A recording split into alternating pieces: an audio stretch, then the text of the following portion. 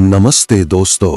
कभी सोचा है कि इस विशाल ब्रह्मांड में करोड़ों अरबों लोगों, जानवरों, पेड़ों और यहाँ तक के रेत के कणों के बीच भी आखिर ऐसी क्या चीज है जो आपको आप बनाती है, जो आपको मुझसे अलग करती है? एक तारे को दूसरे तारे से, एक पानी की बूंद को दूसरी बूंद से, यहाँ तक कि एक पत्ती को उसी पेड़ की दूसरी पत्ती से भी अलग बनाती है। क्या सब कुछ अंततः एक ही ऊर्जा, एक ही सत्य का हिस्सा नहीं है? तो फिर ये इतनी भिन्नताएं क्यों? आज मैं आपको एक ऐसी कहानी सुनाने जा रहा हूँ जो न सिर्फ आपके इस प्रश्न का जवाब देगी, बल्कि आपको सृष्टि को देखने का एक बिल्कुल नया, अनसुना नजरिया देगी। ये कहानी आपको बताएगी कि कैसे हमारे प्राचीन ऋषियों ने इस भेद के गूढ़ रहस्य को सुलझाया। दोस्तों, ये सिर्फ एक कहानी नहीं, आपके अस्तित्व का सार है। इसलिए सपने में भी इस वीडियो को स्किप मत करना। अभी लाइक करो, शेयर करो और हमारे चैनल को सब्सक्राइब करके इस ज्ञान यात्रा का हिस्सा बनो। तो चलिए शुरू करते हैं। बात है प्राचीन आर्यावर्त के एक ऐसे गुरुकुल की जो हिमालय की गोद में प्रकृति के शांत आंचल में बसा हुआ था। यहाँ हर सुबह भोर की पहली किरण के साथ वेदों की ऋचाएं गूंजती थीं और पूरा वातावरण ज्ञान की सुगंध से भर जाता था। इसी गुरुकुल में एक तरुण शिष्य था जिसका नाम था कणभुक्त। नाम ही बताता है, कणों में ही जिसका ज्ञान था। कणभुक्त अपनी तीक्ष्ण बुद्धि, असाधारण जिज्ञासा और अटूट साधना के लिए जाना जाता था। उसने वेदों का गहरा अध्ययन किया था, उपनिषदों के रहस्यों को समझा था और ब्रह्म मीमांसा के सिद्धांतों में भी निपुण था। लेकिन उसके मन में एक ऐसा सवाल था, एक ऐसी पहेली थी जो उसे दिन रात बेचैन रखती थी। उसका सवाल था, गुरुदेव, यदि ये सब ब्रह्म है, यदि सब एक ही परम सत्ता का विस्तार है, तो फिर ये इतनी भिन्नताएं क्यों हैं? क्यों एक फूल दूसरे फूल जैसा नहीं है? क्यों मैं आप जैसा नहीं हूँ? क्या है वो सूक्ष्म भेद जो समान दिखने वाली हर चीज को भी एक दूसरे से भिन्न बनाता है? आप सोचिए दोस्तों, कितना गहरा सवाल है ये।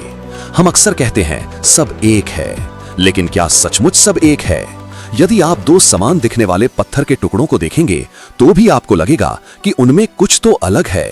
कणभुक्त इस सवाल को लेकर इतना तल्लीन रहता था कि वो कभी घंटों अपनी कुटिया में बैठकर ध्यान मग्न हो जाता, तो कभी वन में भटककर एक जैसी दिखने वाली दो पत्तियों को निहारता रहता।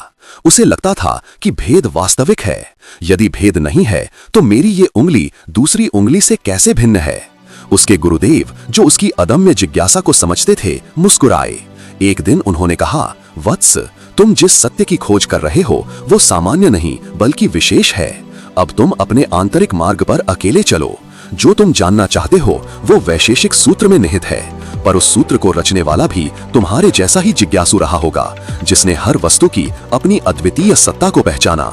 जा, तू भी अपने ही अनुभव से उसे समझ। दोस्तों, इन शब्दों ने कणभुक्त को एक नई राह दिखाई। गुरुदेव का आशीर्वाद लेकर उसने गुरुकुल छोड़ दिया और गंगा के तट पर एक निर्जन गुफा में जा पहुंचा। उसका एक ही लक्ष्य था, इस सृष्टि के सबसे सूक्ष्म, सबसे मौलिक भेद को समझना। उस गुफा में कणभुक्त ने अपनी इंद्रियों को और भी सूक्ष्म करना शुरू किया। उसने पत्थरों के एक ही टुकड़े से गिरे हुए दो कंकड़ उठाए, उन्हें अपनी हथेली पर रखकर देखता, छूता, सूंघने का प्रयत्न करता। क्या इन्हें भिन्न बनाने वाला सिर्फ इनका स्थान है, या इनके अंदर भी कुछ ऐसा है जो इन्हें एक दूसरे से अलग करता है, भले ही ये ब्रह्मांड में कहीं भी हों? वह अपनी आंखें बंद कर लेता और अपनी विचार शक्ति को इन कंकड़ों पर केंद्रित करता। वह हर चीज के मौलिक स्वभाव को तोड़ने का प्रयास करने लगा। यह एक वृक्ष है, वह सोचता, पर वृक्ष क्या है? यह पत्तों का समूह है या तने का, जड़ों का? फिर पत्ता क्या है? छोटे रेशों का। और वे रेशे क्या हैं? अणु परमाणुओं का समूह। वह सोचता सोचता उस अंतिम इकाई तक पहुंच गया जिसे और विभाजित नहीं किया जा सकता।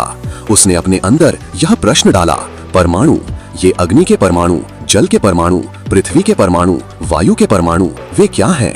क्या सभी पृथ्वी के परमाणु समान हैं? यही उसकी खोज का केंद्र बिंदु था। आप सोचिए दोस्तों, कितना गहरा सवाल है ये। हम अक्सर कहते हैं सब एक है, लेकिन क्या सचमुच सब एक है?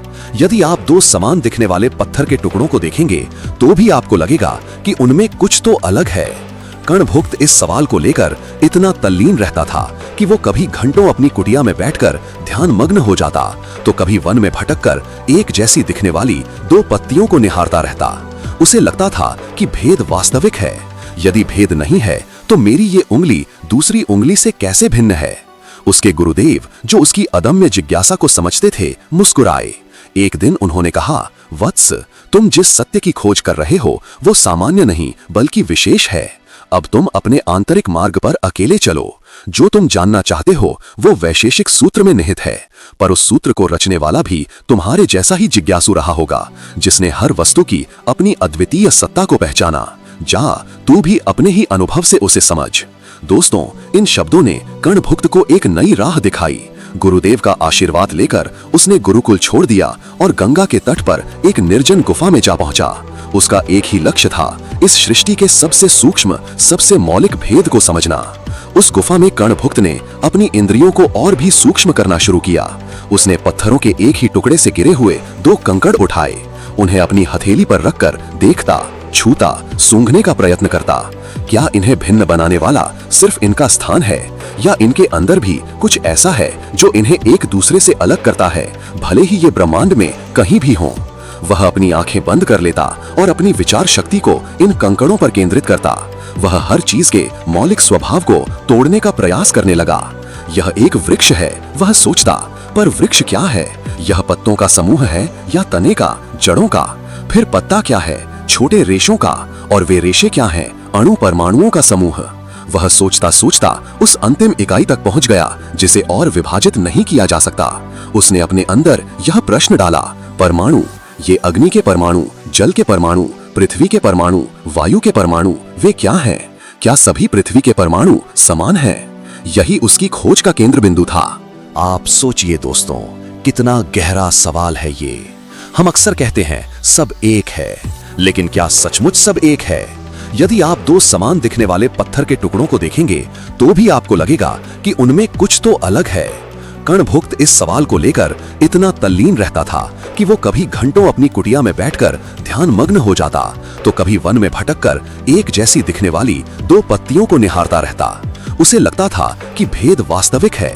यदि भेद नहीं है तो मेरी ये उंगली दूसरी उंगली से कैसे भिन्न है? उसके गुरुदेव, जो उसकी अदम्य जिज्ञासा को समझते थे, मुस्कुराए। एक दिन उन्होंने कहा, वत्स, तुम जिस सत्य की खोज कर रहे हो वो सामान्य नहीं बल्कि विशेष है। अब तुम अपने आंतरिक मार्ग पर अकेले चलो।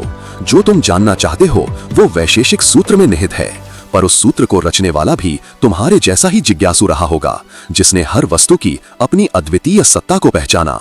जा, तू भी अपने ही अनुभव से उसे समझ। दोस्तों, इन शब्दों ने कर्णभुक्त को एक नई राह दिखाई। गुरुदेव का आशीर्वाद लेकर उसने गुरुकुल छोड़ दिया और गंगा के तट पर एक निर्जन गुफा में जा पहुंचा। उसका एक ही लक्ष्य था, इस सृष्टि के सबसे सूक्ष्म, सबसे मौलिक भेद को समझना। उस गुफा में कर्णभुक्त ने अपनी इंद्रियों को और भी सूक्ष्म करना शुरू किया। उसने पत्थरों के एक ही टुकड़े से गिरे हुए 2 कंकड़ उठाए, उन्हें अपनी हथेली पर रखकर देखता, छूता, सूंघने का प्रयत्न करता। क्या इन्हें भिन्न बनाने वाला सिर्फ इनका स्थान है, या इनके अंदर भी कुछ ऐसा है जो इन्हें एक दूसरे से अलग करता है, भले ही ये ब्रह्मांड में कहीं भी हों? वह अपनी आंखें बंद कर लेता और अपनी विचार शक्ति को इन कंकड़ों पर केंद्रित करता। वह हर चीज के मौलिक स्वभाव को तोड़ने का प्रयास करने लगा। यह एक वृक्ष है, वह सोचता, पर वृक्ष क्या है?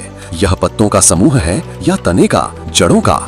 फिर पत्ता क्या है? छोटे रेशों का। और वे रेशे क्या हैं? अणु परमाणुओं का समूह। वह सोचता सोचता उस अंतिम इकाई तक पहुंच गया जिसे और विभाजित नहीं किया जा सकता।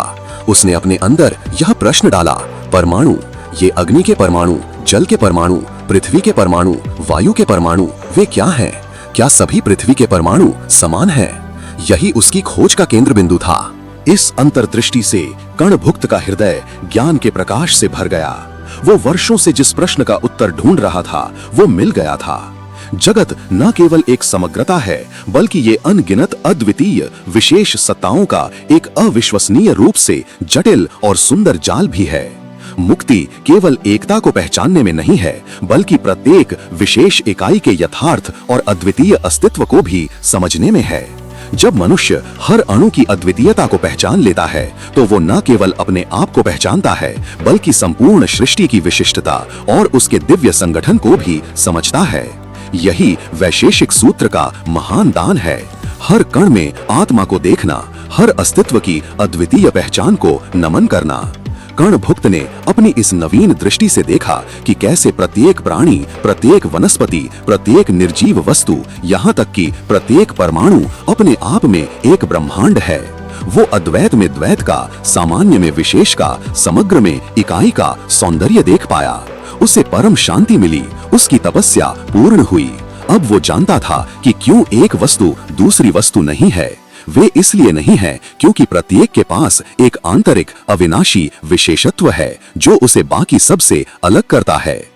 ये अंतर्दृष्टि वैशेषिक दर्शन का हृदय है और ये कर्णभुक्त को अज्ञान से मुक्त कर परम सत्य की ओर ले गई। वो स्वयं भी कणों, अणुओं के महत्व को जानने वाला कर्णभुक्त बन गया था, जिसने इस जगत के हर कण में निहित विशेष को पहचानकर अपनी मुक्ति का मार्ग खोज लिया। तो दोस्तों, ये कहानी हमें सिखाती है कि परम सत्य को समझने के लिए कभी-कभी भिन्नता, भेद को समझना भी उतना ही महत्वपूर्ण है जितना समानता को। और विशेष की अवधारणा हमें बताती है कि कैसे इस विशाल ब्रह्मांड में भी हर व्यक्ति, हर कण अपने आप में अनमोल, अद्वितीय और अपूर्णीय है। आप भी विशेष हैं, मैं भी विशेष हूँ और हर चीज विशेष है। इस बात को समझना ही सबसे बड़ा ज्ञान है। मुझे उम्मीद है कि इस कहानी ने आपको सोचने पर मजबूर किया होगा और सृष्टि को देखने का एक नया दृष्टिकोण दिया होगा। इस अनसुने ज्ञान को अपने दोस्तों और परिवार के साथ शेयर करें और उन्हें भी इस अद्भुत यात्रा का हिस्सा बनाएं।